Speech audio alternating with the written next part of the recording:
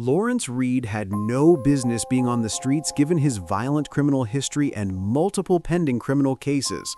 This is a story that is going to get you angry. A 26-year-old woman has just been identified as the victim who was set on fire in a horrific random attack on a Chicago train. As Bethany McGee fights for her life, the suspect, Lawrence Reed, remains behind bars, at least for now, a man with dozens of prior arrests who was out on pretrial release for another violent crime. New details have emerged about his extensive criminal history and how he continued walking free despite repeated violence. We are going to break down how this happened and why the legal system failed to stop him before another victim was hurt. A 26-year-old woman named Bethany McGee was simply riding home. She was minding her own business and looking at her phone. In an instant, her life was changed forever for seemingly no reason when a stranger poured gasoline on her and set her on fire in a completely unprovoked attack. She was engulfed in flames for over a minute. The criminal complaint lays out chilling, premeditated steps that her alleged attacker, Lawrence Reed, apparently took, and it was all caught on tape. Just 20 minutes before the ambush, surveillance video allegedly shows him at a gas station paying the cashier and then pumping gasoline into a bottle. What makes this tragedy so infuriating is that it was likely preventable. At a press conference, a federal agent revealed that this suspect was a known danger. Lawrence Reed had no business being on the streets given his violent criminal history and his pending criminal cases. Reed had been given plenty of second chances by the criminal justice system, and as a result, an innocent victim is now in the hospital fighting for her life. Investigators obtained the entire federal criminal complaint, and it details exactly how this attack unfolded, minute by minute. It also exposes his lengthy criminal history, the number of prior arrests, and the repeated opportunities he was apparently given. It angers me, and it angers a lot of people out there.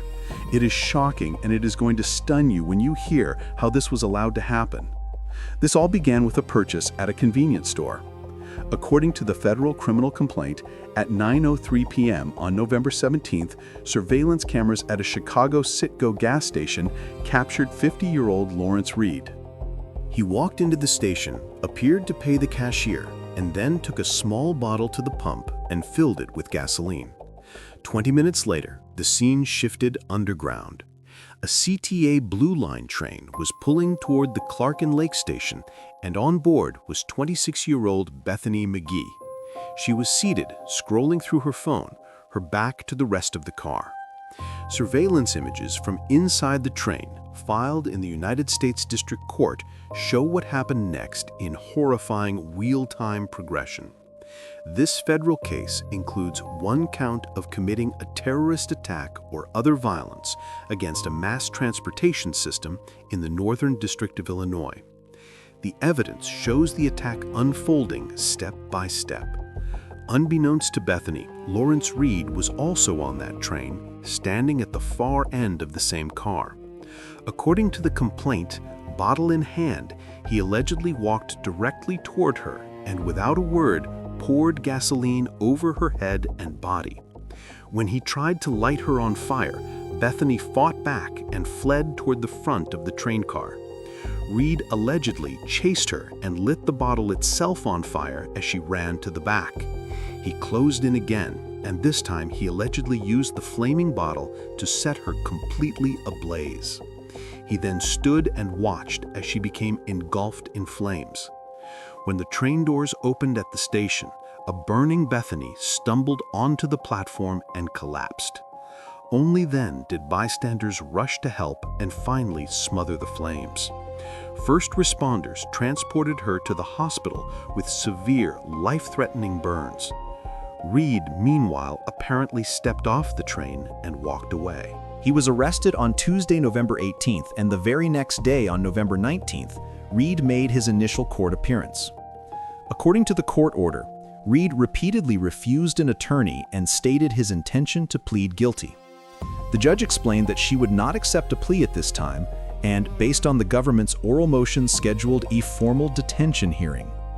The following day, Thursday, November 20th, prosecutors filed their formal motion for detention, arguing that Reed was far too dangerous to be released. The court agreed and ordered him detained, stating that no conditions would ensure the community's safety. To be clear, he is legally innocent until proven guilty, but the evidence presented in this case is strong. The backbone of the entire case is the federal criminal complaint, a 13-page document that lays out the government's evidence in meticulous and often disturbing detail. The complaint first establishes alleged premeditation by stating that 20 minutes before the attack, surveillance video shows the suspect at a gas station.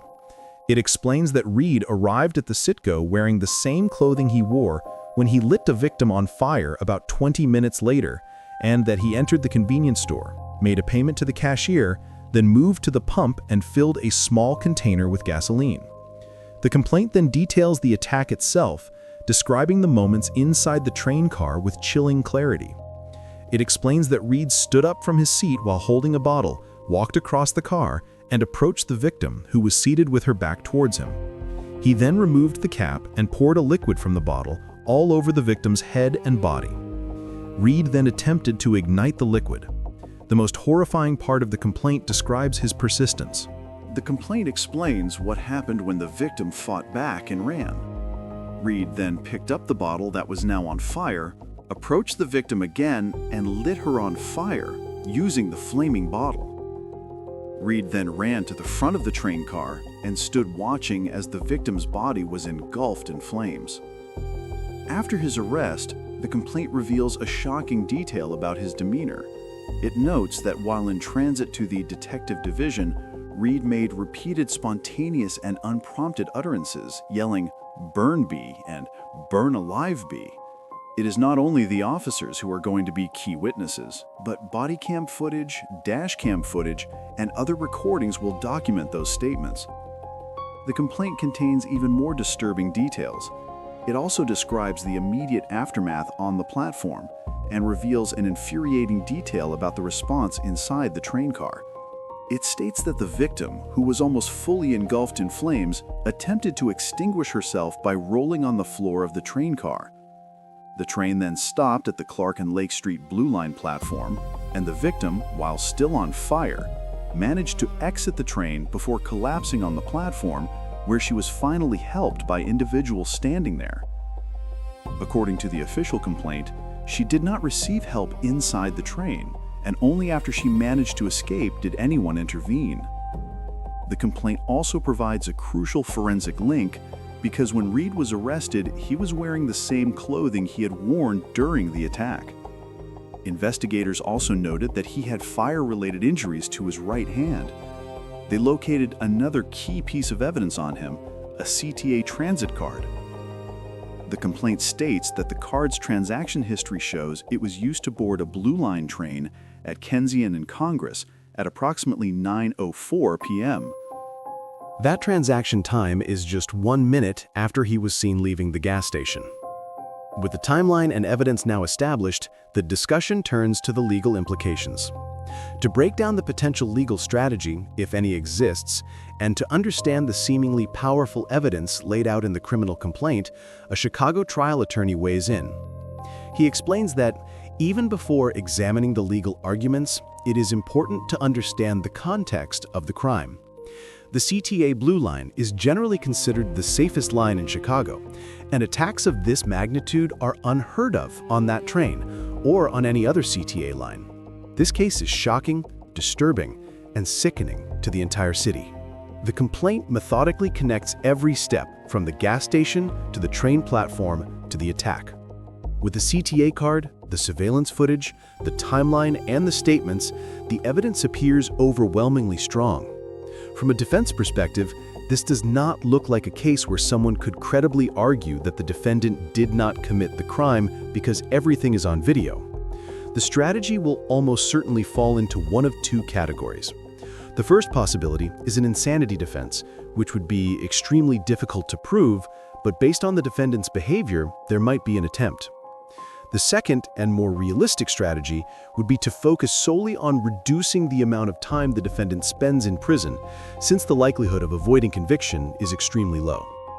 This is not a death penalty case, and although he is charged in federal court, where the federal death penalty still exists, this is not the type of case where a defense attorney would be fighting to save the client's life. This is the type of case where an attorney knows the client is guilty and still provides the constitutionally mandated best defense possible. It is an airtight case for the prosecution. When you talk about premeditation and intent, the evidence is clear. Surveillance footage allegedly shows him filling up a gas bottle, wearing the same clothes, going onto the platform, boarding the train, dousing the victim, and lighting her on fire. The attack is caught on surveillance, and there may be eyewitnesses as well, and he was arrested wearing the same clothing. The conversation shifts to the possibility of an insanity defense. This attack is a random, sinister act of violence that makes no sense on the surface, and it raises questions about mental health issues. But even if someone suffers from mental illness, that does not automatically entitle them to a successful insanity defense. A defense attorney might attempt to use mental health issues, but that does not guarantee that the defendant could not appreciate the wrongness of his actions. The burden for an insanity defense is extremely high. Even if someone has severe mental health issues, the law requires proving that the person could not understand that what they were doing was wrong. That will be the challenge for any defense team. As shocking and chaotic as this attack seems, it is also difficult to argue that the suspect did not methodically plan it out and did not understand that his actions were wrong. One of the most striking things about the world we live in today is that everything is on camera. He is likely on video from the moment he arrived at the gas station to his entire walk to the station and everything that happened afterward. The prosecution will most likely be able to show every step of the way. The jury will be able to watch that and ask, what was going on here? They will see his movements, and in many places they will be able to hear what he actually said. By watching the crime unfold, they will be able to decide whether he appreciated the wrongness of his actions. At the end of the day, it is unlikely that an insanity defense will be successful. There is the federal charge to consider as well, and we will get to that. But before legal strategies and shocking footage and evidence, it is important to remember who is at the center of this tragedy. The victim, 26-year-old Bethany McGee. For days, she was known publicly only as Victim A, but she has now been identified as Bethany McGee, a young woman whose life was brutally interrupted. Bethany is a Purdue University graduate, an animal lover, and a churchgoer. Her social media indicates that she is very close with her parents and her brothers. Her father, Dr. Gregory McGee, is a professor of biblical studies at Taylor University, a Christian college in Indiana. Her family released a statement saying they would like to thank everyone for their prayers and well wishes as their daughter receives care for the severe injuries she sustained earlier this week. Her family expressed gratitude, saying they are thankful for the excellent care and support from the burn team at Stroger Hospital and that they will not be providing updates at this time and ask for privacy as they focus on her recovery. The conversation turns to the human impact because now that we know more about Bethany and what happened to her, it becomes clear how this will affect a potential jury. If you were a defense attorney, you immediately recognize that the moment the jury understands what she endured, it becomes a massive problem for the defendant. Bethany is a 26-year-old woman, and many people who ride the L every day will be part of the jury pool. They will be younger professionals traveling across the city, people who look like her and live like her, and many will think, that could have been me. Burns are among the most horrific injuries a human being can suffer. Even though there are not yet detailed public updates on the severity of her burns, attorneys who have worked on burn cases understand the reality. Burn victims spend months in the hospital, go through skin grafts, endure unimaginable pain, and often live with permanent scarring depending on how severe the burns are and where they occur. It is a horrible case, and a jury will easily be able to put themselves in the shoes of the victim, and then they will see these horrific injuries. Everyone has burned themselves before, and they remember how painful a tiny burn from an oven feels for days. Now imagine that across your entire body, and enduring it for weeks. It is difficult to grasp and difficult to understand. The journey that she now has to go through after everything she has just endured is almost unthinkable. People are wishing her a healthy recovery, because as shocking as this attack was, it has now become her reality. The conversation turns back to the family because the victim's family must navigate overwhelming trauma. They must support their daughter through her injuries while also dealing with the massive attention the case is generating. News coverage, political debate, criminal justice discussions, and legal arguments are happening everywhere. The family must protect their privacy, fight misinformation, and carry their pain publicly. And most families never want that level of exposure after a tragedy. The U.S. attorney stated that Bethany was minding her own business when this happened, and that makes the charge even more significant. Instead of state charges, the defendant has been hit with a federal charge for committing a terrorist attack against a mass transportation system. The decision to charge him federally was deliberate because that charge carries life in prison. There was some initial surprise that he was charged with a federal crime, but when you consider that the attack occurred on a mass transportation system, it becomes more understandable. Federal law applies more readily in that context. Proving the case is not expected to be difficult because statutes like this are written in a way that allows prosecutors to win when the evidence is strong. Considering the statute and the overwhelming amount of evidence, it will be extremely difficult for the defense to secure a not guilty verdict. It would be shocking if this case ever went to trial. There is always the wild card of how the defendant behaves in court, because a client cannot be forced to take a plea deal. He may insist on a trial, and he may cycle through multiple defense attorneys and eventually even attempt to represent himself, because his behavior appears completely unhinged. This is an awful case for a defense attorney to try to win or even navigate. Whoever represents him is not taking the case for money or because they expect a victory, but because even someone who appears guilty is entitled to a fair trial, and the attorney will make sure he gets it. The question then becomes whether he was charged at the federal level to ensure that he would never be free again. It is unclear whether that was the intent. The timeline suggests that the incident occurred, the public reaction was immediate, and then the indictment came quickly.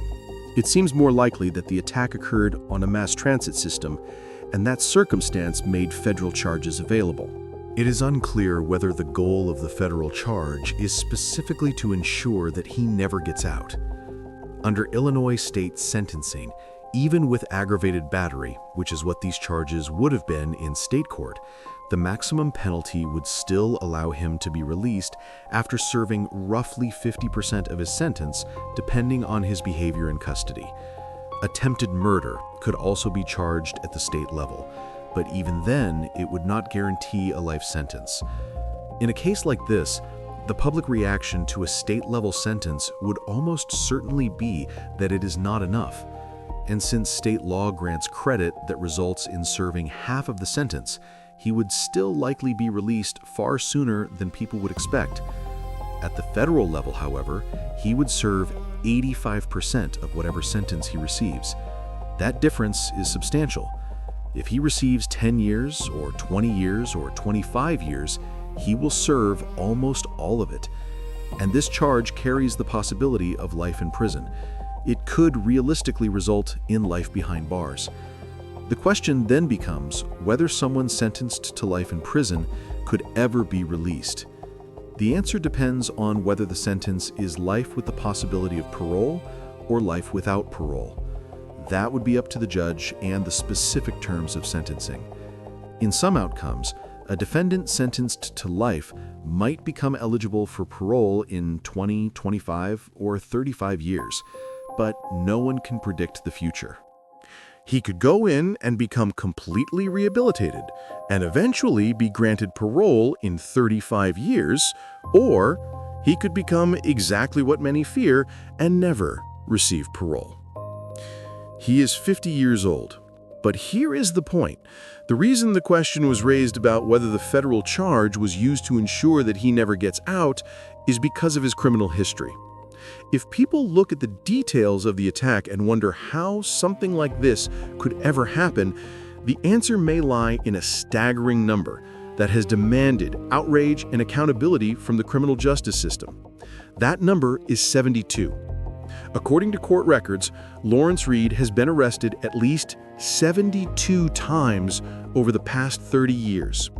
Of those 72 arrests, Reed has approximately 15 convictions, and 8 of those are felonies. His felony convictions include arson, criminal damage to government-supported property valued over $500, drug trafficking, drug possession, and a felony traffic offense. The arson conviction is a direct precursor to this alleged attack.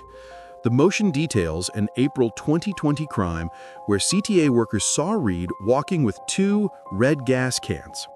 He approached a window at the James R. Thompson Center, the state government building in downtown Chicago, poured liquid near the window and ignited it, causing a fire. For this crime, he was sentenced to probation in Cook County.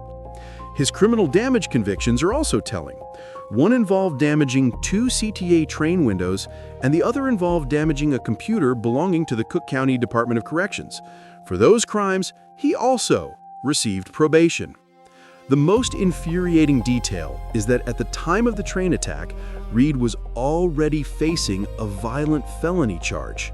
According to CBS News Chicago, in August, he was charged with aggravated battery causing great bodily harm for allegedly striking a social worker at the McNeil Hospital.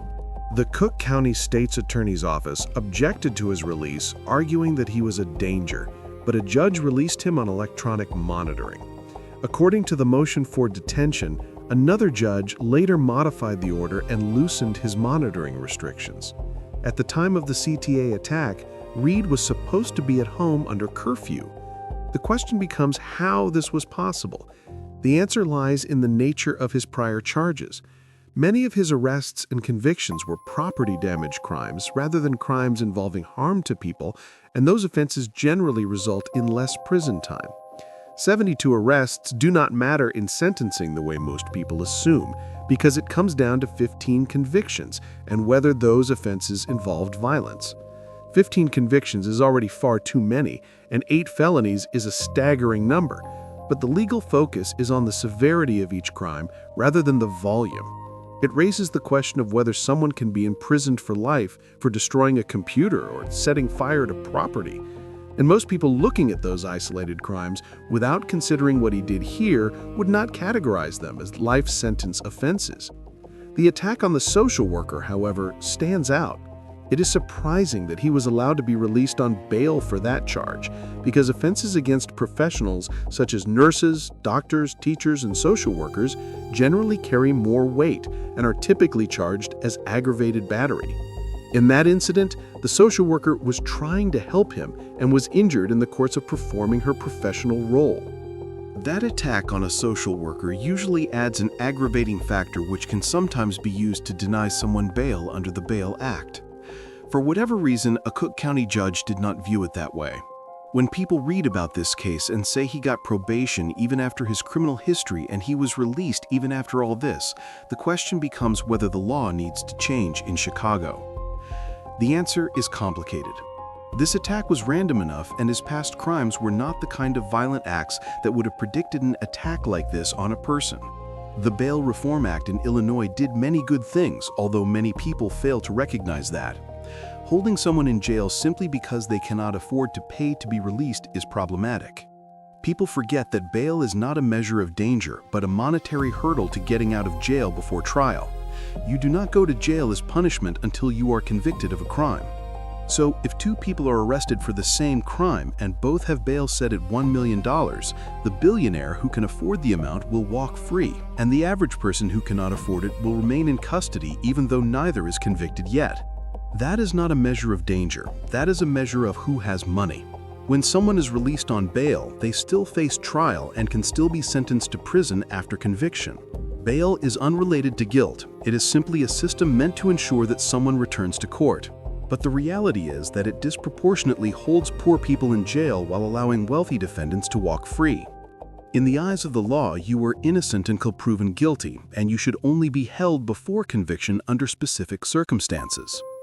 There is still the question of why he was released if there was a clear potential danger to the public or risk of repeat offending. After the attack, federal authorities held a press conference to formally announce the charges. U.S. Attorney Andrew Brose immediately shut down speculation that the attack stemmed from any kind of disagreement or argument. He stated that reports of an altercation were false and that Bethany was simply on her phone. Then, ATF Special Agent in charge Chris Ammon took the microphone and connected Reed's past directly to the tragedy in the bluntest terms possible. He stated that Lawrence Reed had no business being on the streets, given his violent criminal history and pending cases. He emphasized that Reed had been given plenty of second chances by the criminal justice system, and as a result, an innocent victim was now fighting for her life. He announced that because of the swift action of law enforcement, there would be no more second chances for Reed. This level of blunt condemnation from a federal official is extremely unusual. It signals how shocking the attack was and how aggressively the federal government intends to pursue the case. When the federal government steps in, especially the Department of Justice, they do not lose. They do not mince words. They are serious and precise, and they handle only the most severe prosecutions. These are the best prosecutors in the country, and reaching this stage indicates how strongly the government intends to hold Reed accountable. For a federal agent to make such blunt statements indicates that there is shock, not only from the public, but also from law enforcement about what happened to this woman.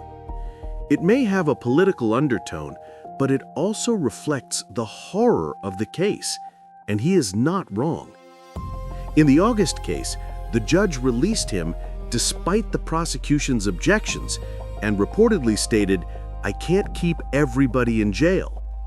That raises the question of whether overcrowded facilities play a role in releasing someone like Reed. People understand the presumption of innocence, but with his criminal history and the strength of the evidence in this attack, nobody wants to hear that explanation. The reality is that there are not enough jail beds to hold every defendant, and judges are forced to assess who poses the greatest danger. When the judge reviewed Reed's previous record, they did not believe he would commit a crime like this against a person.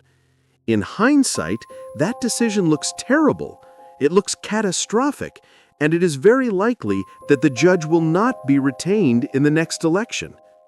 On a human level, the judge is almost certainly devastated by the consequences of that decision, because judges make hundreds of rulings and read mountains of material under intense time pressure, and sometimes they get it wrong.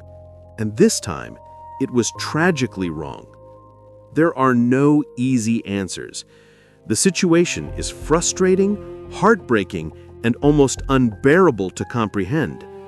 All anyone can do now is hope for a successful and healthy recovery for this young woman, and that her family receives the privacy and justice they deserve. Andrew Scott thanked the host for the discussion, and the program closed by encouraging listeners to subscribe and follow for further updates.